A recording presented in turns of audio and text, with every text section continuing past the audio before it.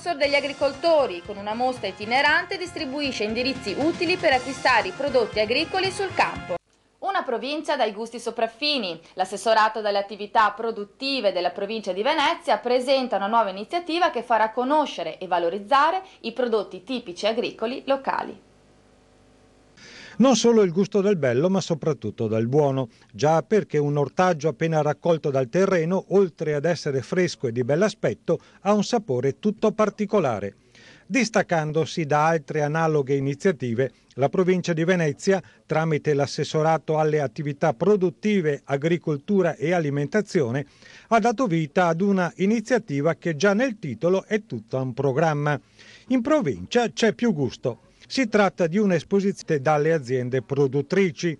I cittadini, azione itinerante dei prodotti della terra provenienti direttamente attraverso speciali banchetti che verranno allestiti in 5 città del territorio, Mestre, Mirano, Chioggia, Caorle e San Donà di Piave, conosceranno i nomi delle 400 aziende agricole coinvolte nella vendita diretta.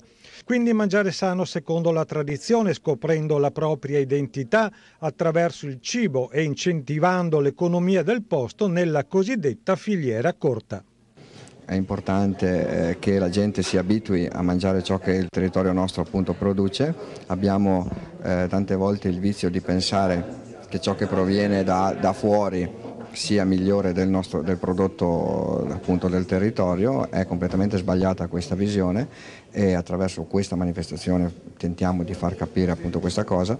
In più la provincia sarà impegnata proprio per abituare le attività locali, commerciali, gli hotel, la ricettività del nostro territorio che non ha uguali, ad utilizzare proprio i prodotti che i nostri agricoltori, i nostri imprenditori agricoli producono. Il primo appuntamento per sabato e domenica prossimi in piazzetta Coin a Mestre. L'evento sarà allietato da una rievocazione storica con alcuni personaggi in costume contadino dell'epoca.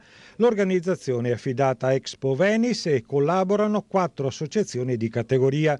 In sintesi, le aziende presenteranno radicchi, cavolfiori, formaggi e vino e altri prodotti alimentari. Credo che in un momento di crisi come quello che sta attraversando l'agricoltura con costi crescenti e reddito dei produttori in diminuzione, sia importante che la provincia organizzi questi incontri per far conoscere i prodotti tipici e soprattutto per promuovere una filiera corta che è un elemento di vantaggio sia per le imprese agricole sia per i cittadini.